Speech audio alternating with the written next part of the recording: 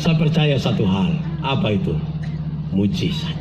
Tuhan menghargai kemanusiaan kita. Ada titik-titik tertentu di mana kita tidak berdaya, tapi Tuhan mampu melakukannya.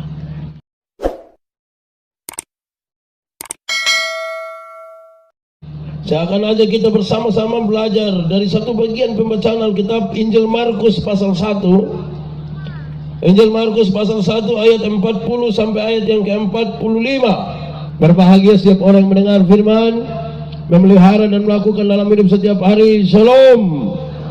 Itu kurang optimis itu. Shalom. Lebih kuat lagi. Shalom. Mujizat itu nyata. Waktu saya merenungkan bagian-bagian firman ini, saya ingat satu pengalaman kecil ketika saya masih melayani di Sabu. Ketika saya melayani di Sabu, ada datang dua pasangan suami istri.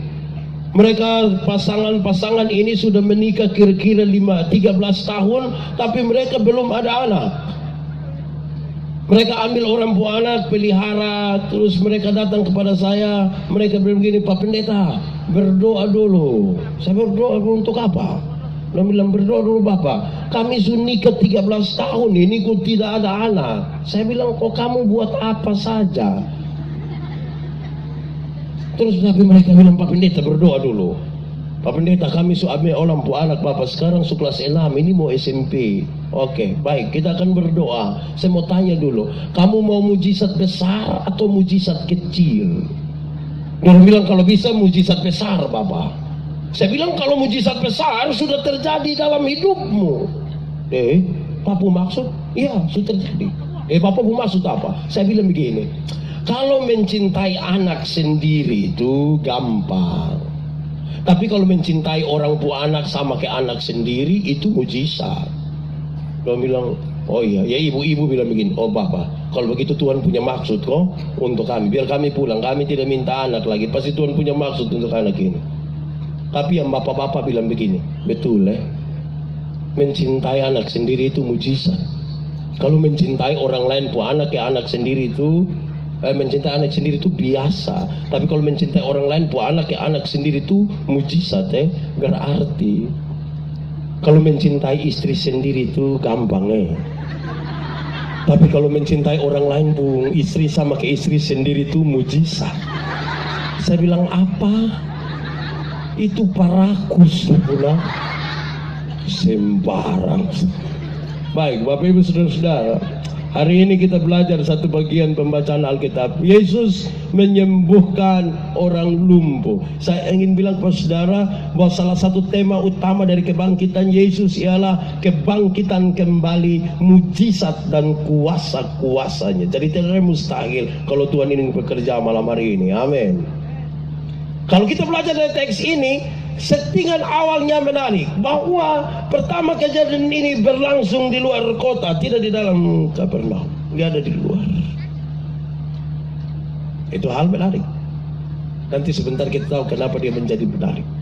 Tapi saya ingin bilang kepada saudara bahwa ada hal yang bermasalah di situ. Kenapa? Kalau orang kerasukan setan, boleh ada tinggal dengan jemaat di dalam.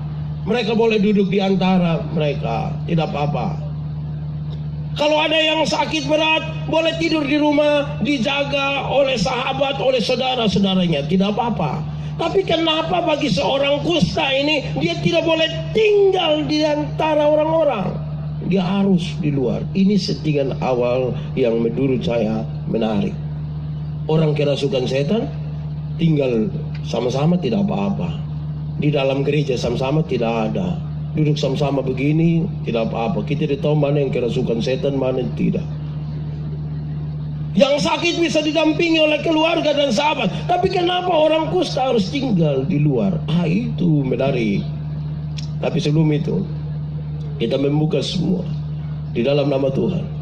Saya ingin bilang kepada kita bahwa kalau Tuhan izinkan sebuah mujizat terjadi, termasuk sebentar, saya ingin bilang kepada saudara, mujizat itu harus ditempatkan pada track yang benar, pada jalan yang benar. Seperti apa yang Tuhan mau. Dan karena itu saudara-saudara, ini hal tidak gampang untuk kita menikmati sesuatu. Tapi mari kita lihat lebih jauh dulu. orang kusta. Dia bilang kami nanti pulang baru belajar sendiri di dalam Imamat pasal 13 dan Imamat pasal 14. Tulisannya panjang sekali bagaimana orang kusta dibuang sampai kemudian kalau mereka sembuh mereka dibawa kembali ke dalam persekutuan. Tapi yang menarik beberapa catatan ini. Yang pertama, orang kusta dilarang keras tinggal bersama-sama di dalam kampung. Tidak boleh. Orang kusta tidak boleh tinggal dalam kampung. Dia tinggal sendiri. Ada pondok satu di luar kampung, tinggal di situ. Mau tinggal dengan kambing, kau sapi, kau tinggal sana. Dia jauh dari persekutuan. Jadi yang pemalas ikut persekutuan dan sampai kusta. Tinggal di luar itu. Yang tidak bisa bergaul lagi dengan orang. Saya bayangkan saudara-saudara, itu orang di Gerasa yang kerasukan 6.000 roh jahat. Dia sudah tidak lagi bisa tinggal dengan orang lain. Dia hanya tinggal di luar, di kuburan. Ada kawan di kuburan? Ada kok tidak? Dia tinggal di sana. 6.000 roh jahat. Saya bayangkan 6.000 itu tolong ngiri ya. Kita kawan hanya satu roh jahat di otak, kita pusing. Ini 6.000 dan tinggal di luar. Kedua, orang kusta ini harus pakai pakaian compang-camping, terobek. Robek di sini, robek di sini, robek di sini. Di sini tidak ada yang kusta maksudnya. Yang terobek ada, tapi tidak kusta. Tapi catatan menurut Alkitab, dalam pengalaman mereka yang kusta itu bukan saja tinggal di luar, tapi harus pakai pakaian robek-robek. Yang ketiga, yang kusta itu harus kepala botak. Harus, menurut catatan itu. Saya waktu renungkan, saya lihat ulang-ulang sepung kepala ini. Tapi saya tidak kusta Kita dua tidak toh? Mengerikan. Keempat, yang kusta itu kalau jalan kemana-mana harus tutup dia pun bibir bagian atas. Itu semua tutup bibir bagian atas. Begini kau pokoknya itu kusta. Ya kalau ada yang dalam begini, tanya dia. Bukan sariawan lah, tanya kusta. Berasa di bispa pokok kita. Yang kelima ini menarik saudara. Bagi mereka yang kusta kalau jalan, mereka harus sambil berteriak, najis, najis, supaya orang tahu bahwa itu dia kusta. Itu sebuah proklamasi tentang dirinya yang kusta. Dalam mana-mana bilang, najis, najis. Waktu saya renungkan ini bagian, saya agak senyum-senyum. Kenapa? Jangan sampai orang yang tukang cerita tinggi itu kusta. Karena dalam mana-mana, kolbe. Kan kasih tahu di pundiri itu kayak kusta. Kira-kira begitu. Nanti saudara belajar sendirilah dari Imamat pasal 13 dan 14. Dalam kenyataan begini saudara-saudara, mereka yang kusta terbuang. Orang tidak dekat lagi dengan mereka.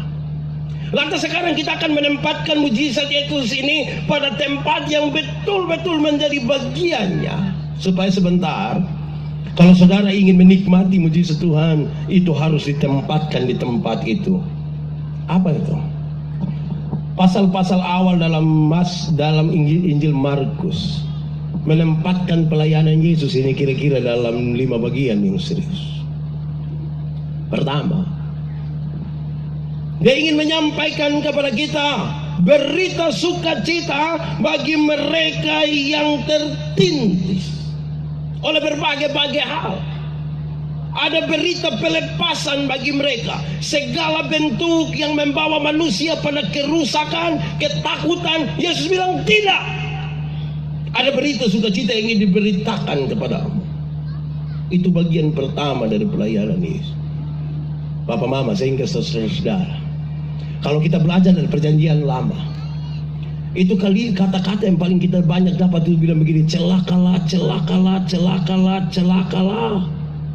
Tapi ketika kita geser sampai di perjanjian baru, mulai dari berita kedatangan Yesus, kematian Yesus, kebangkitan Yesus, Yesus terangkat ke surga sampai pencurahan Roh Kudus, kata-kata itu sudah tidak kita temukan lagi. Semua yang kita temukan ialah jangan takut, jangan takut, jangan takut. Saudara ada masalah? Ada? Tidak usah omong. Saya lihat ini muka masalah semua. Dan demi nama Tuhan malam hari ini saya ingin bilang kepada saudara, jangan takut. Saya paling jengkel kalau mau pasca kok orang jalan piman mana kok putar-putar film neraka itu. Saya paling jengkel. Kenapa?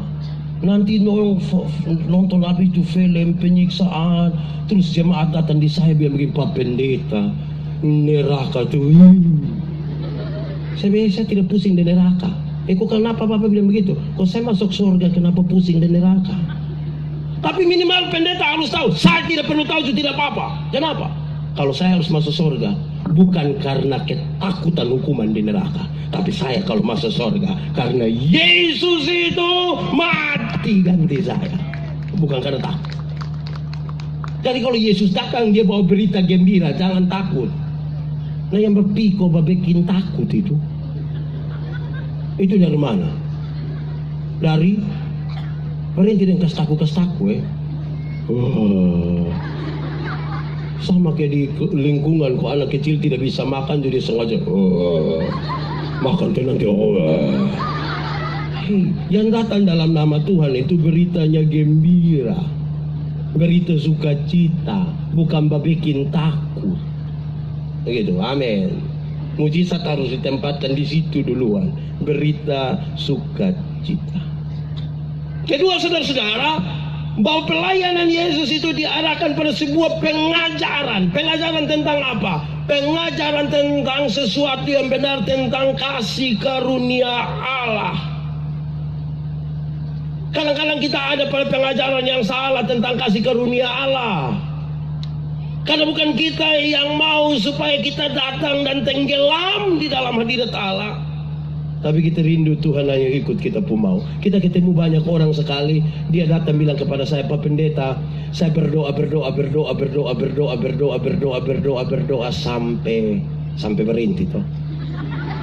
Karena kita lagi rindu begitu rupa supaya Tuhan yang masuk di dalam kita, dalam hadirat kita, bukan kita yang masuk dalam hadirat Allah.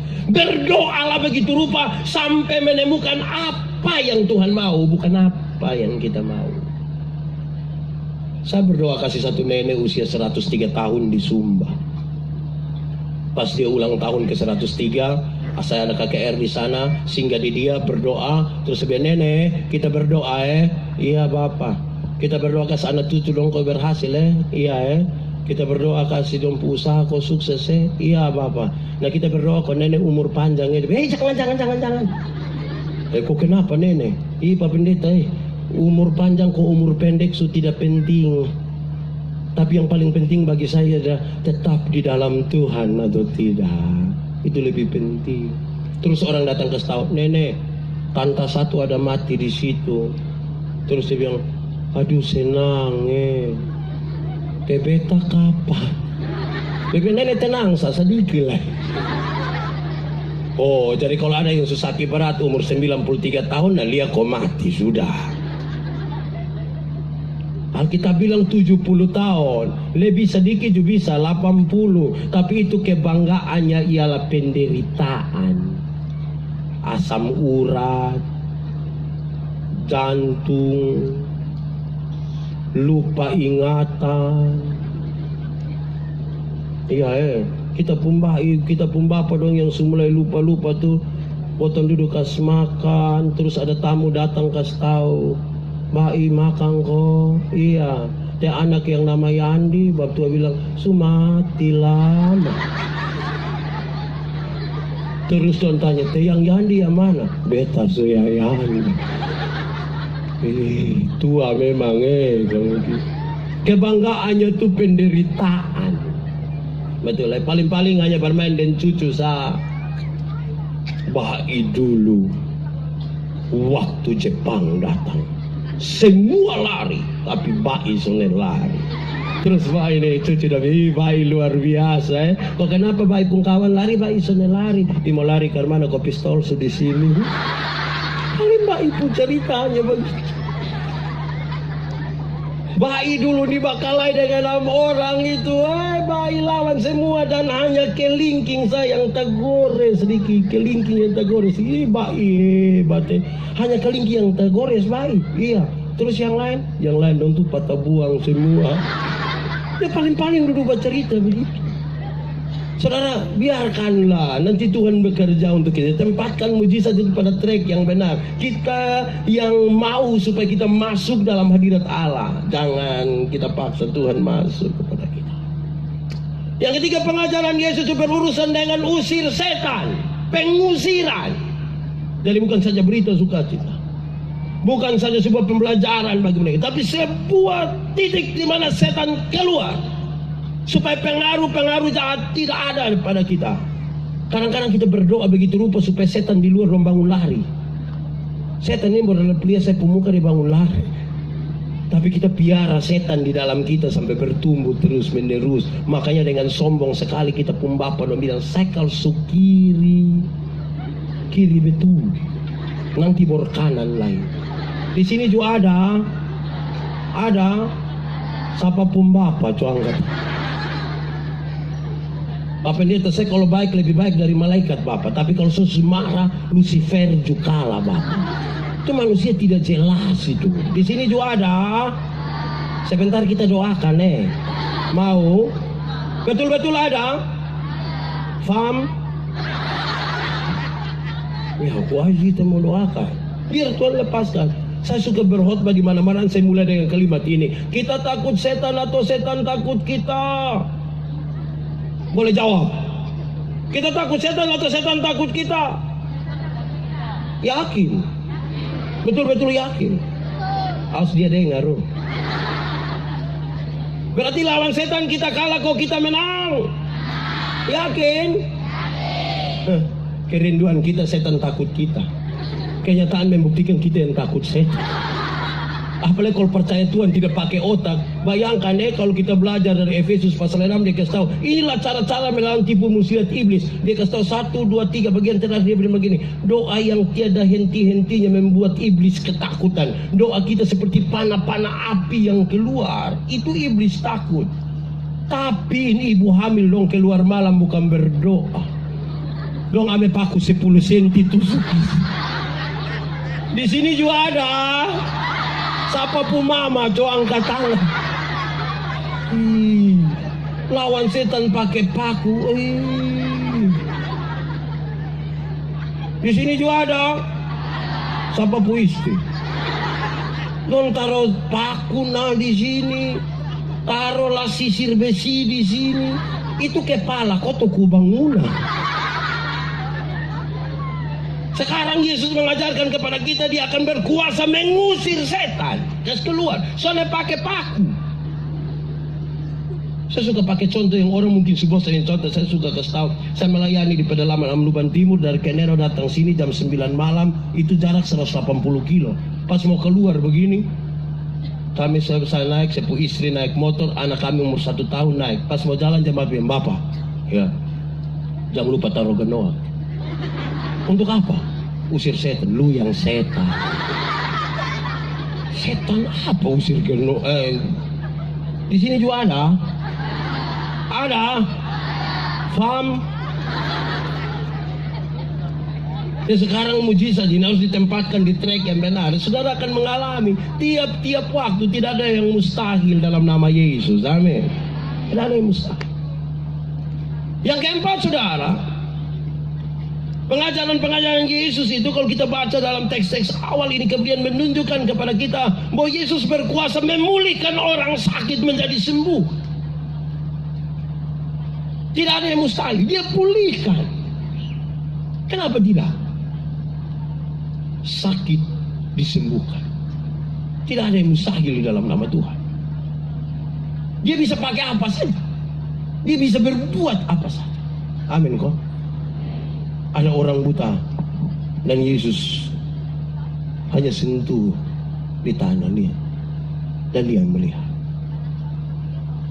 Ada orang yang hanya menjama jubahnya, asal ku jama jubahnya sembuh.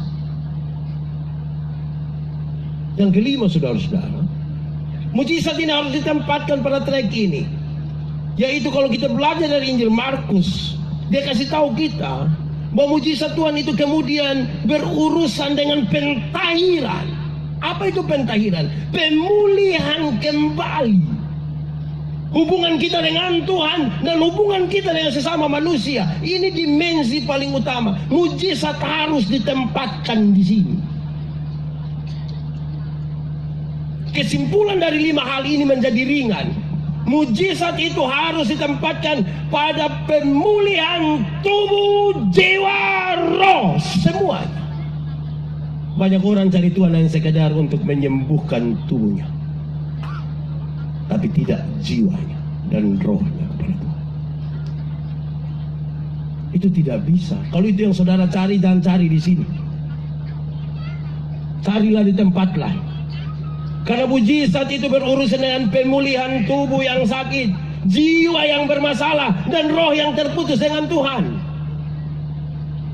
Jiwa itu apa? Karakter kita, perjumpaan antara akal dan perasaan harus dipulihkan. Dan yang terakhir, hubungan kita dengan Tuhan harus dipulihkan. Mujizat ditempatkan di situ. Jangan hanya cari untuk kesembuhan badan. Saya bilang di mana-mana saudara-saudara, cari Tuhan jangan hanya untuk sembuh.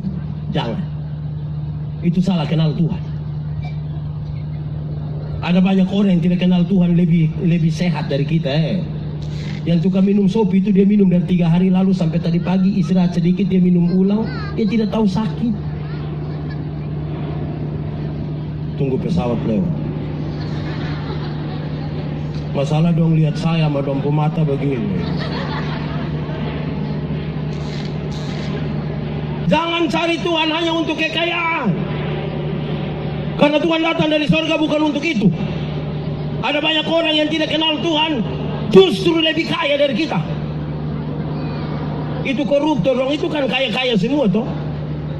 Dong rumah 2, 3, 4, 5, sampai tidak suka tinggal di rumah, dong tinggal di penjara sana. Tapi dong kaya-kaya. Kita yang mengaku kenal Tuhan yang sedikit-sedikit garam habis, sedikit-sedikit pulsa habis, mak beli paket, kepu susah. Mau beli sepatu pergi gereja, saya pakai tanya itu mas, ya bisa bayar 6 kali.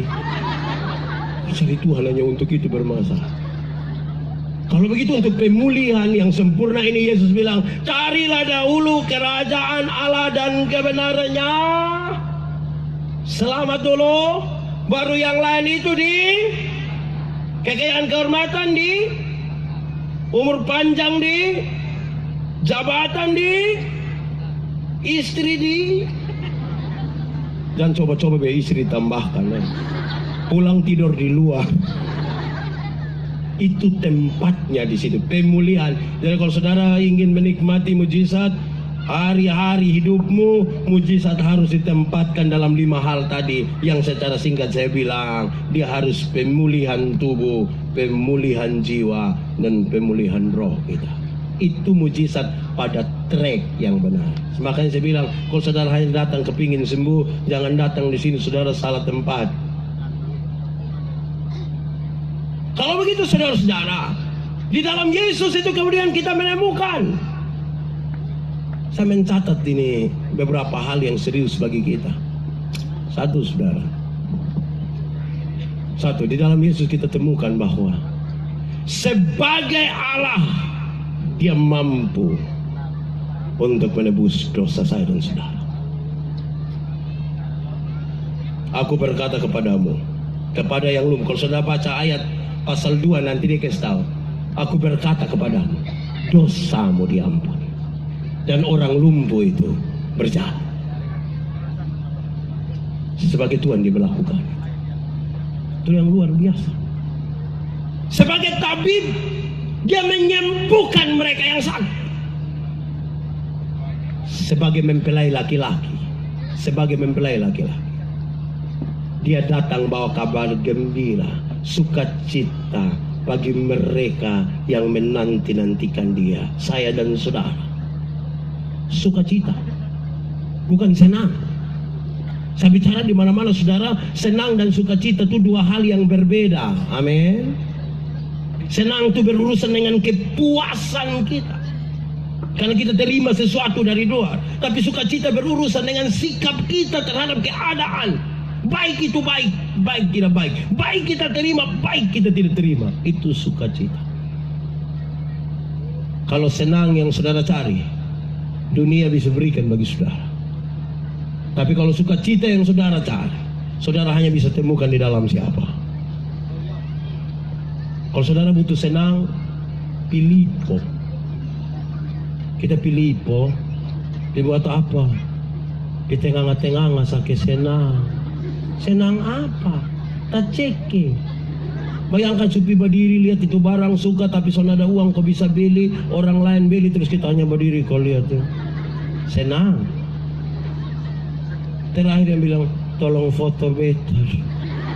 Orang pulang bawa kantong plastik, kita pulang bawa foto.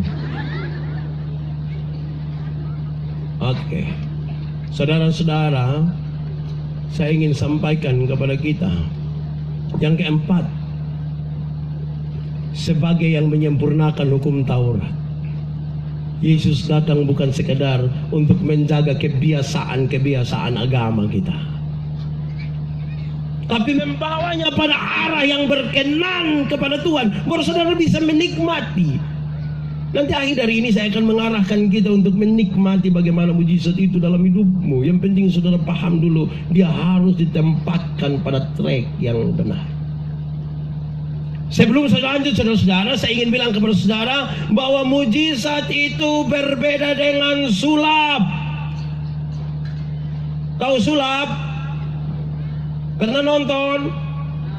Di siapa yang main? Mujizat yang sulap sama kok beda? Beda kok sama? Beda. Oh, dia pun tulisan sebeda.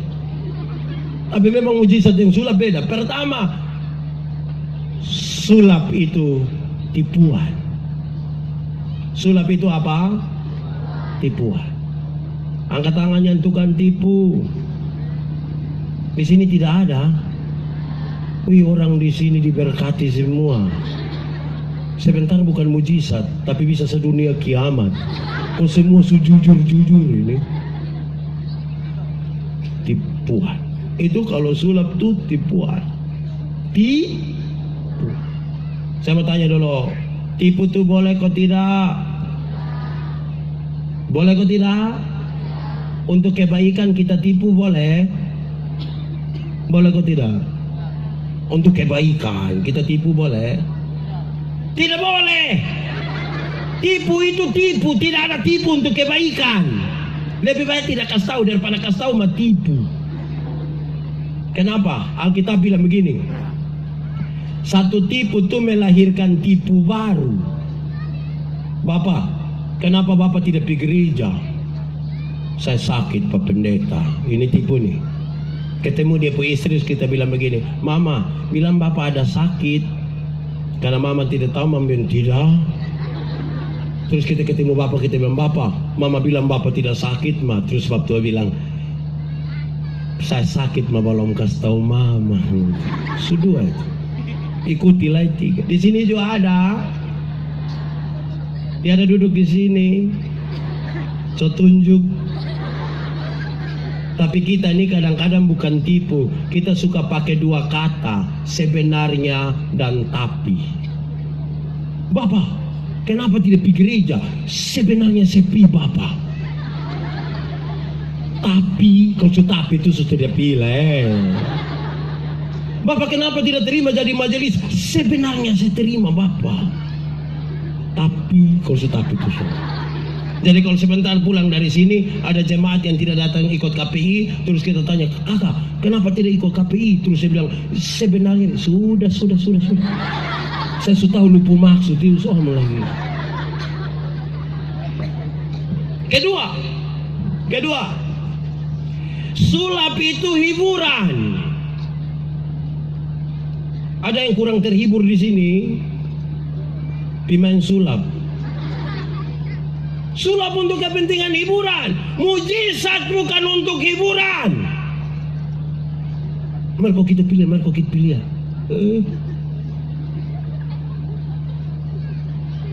Sulap itu hiburan, mujizat bukan hiburan. Amin. Amin kok. Nanti yang terakhir saudara yang sebut. Saya sebut 3 sah. Ketiga, sulap itu cari uang. Betul. Pernah tahu orang? Sulap cari uang. Mujizat bukan untuk cari uang. Yang doa habis kunci doa, nak bilang 500.000 dulu Dia ayam merah 1, sapi merah 1, dan baju merah 1. Sulap cari uang. Oke kok. Keempat, apa coba? Sulap itu untuk apa? Omong. Sulap untuk PR besok selesai. Dan mujizat bukan sulap. Amin. Saudara, saya mau kasih tahu saudara beberapa hal. Saya ingin mulai dari mengatakan begini. Tuhan itu menghargai kemanusiaan kita. Tuhan menghargai kemanusiaan kita. Saya ingat sekali tahun 2002 saya melayani di Alor. Saya melayani di 5 mata jemaat yang cukup jauh. Satu saat saya dari Ilawe akan pergi ke Kalabahi. Kira-kira 29 kilo di perjalanan. Saya jalan kaki, modal pisang 1 sisir. Jalan-jalan lewat pantai daerah, mau sampai Mali. Saya lihat ke belakang ada kendaraan 1 datang. Ternyata ada seorang yang kemudian kami 2 sangat baku kenal. Waktu itu belum. Om Denny Lalita. Saya tahan. Bapak mau pergi mana? Saya mau pergi Kalabahi. Pas turun saya di jembatan hitam, saya cukup. Bertanya. Oh tahu saya pelayan. Oke, kami jalan. Saudara tahu kenapa saya mau ke Kalabahi? Saya rindu pulang ke Kupang waktu itu. Apa yang paling saya rindukan? Saya rindu ketemu saya Punona. Betul ini. Masa kok saya tipu? Seberapa lama di sana belum lihat mantua saya jurasa. Saya berdoa, Tuhan, saya mau ketemu Nona doang. Ke Karmana kok ini berapa? Saya sampai di jembatan hitam, mandi cepat-cepat, berharap bisa ke tempat di pelabuhan feri. Dan saudara tahu, feri di Alor akan pergi ke Kupang itu jam 12 siang. Buru-buru minta orang lari antar ke itu pelabuhan. Pas sampai, feri lewat Tanjung 9. Mau buru, mau berenang. Saya kan timur. Itu feri lewat Tanjung 9 dan sedikit lagi masuk di Mulukumbang. Saya bilang, Tuhan, pokoknya saya mau ketemu Nona. Ya, ini sering. Terus saya balik belakang pulang. Mungkin Tuhan bermaksud minggu depan kok. Waktu saya balik ke belakang begini, saya lihat pegawai ASDP dong lagi baku telepon. Kenapa? Itu feri harus kembali. Karena ada alat yang dibawa dari Wetel harus diperbaiki di Kupang. Itu feri putar di Tanjung 9. Kembali ke sini. Datang, buka dia pun pintu feri, alat itu naik dan saya juga naik. Saya percaya satu hal. Apa itu? Mujizat. Tuhan menghargai kemanusiaan kita. Ada titik-titik tertentu di mana kita tidak berdaya, tapi Tuhan mampu melakukannya. Amin.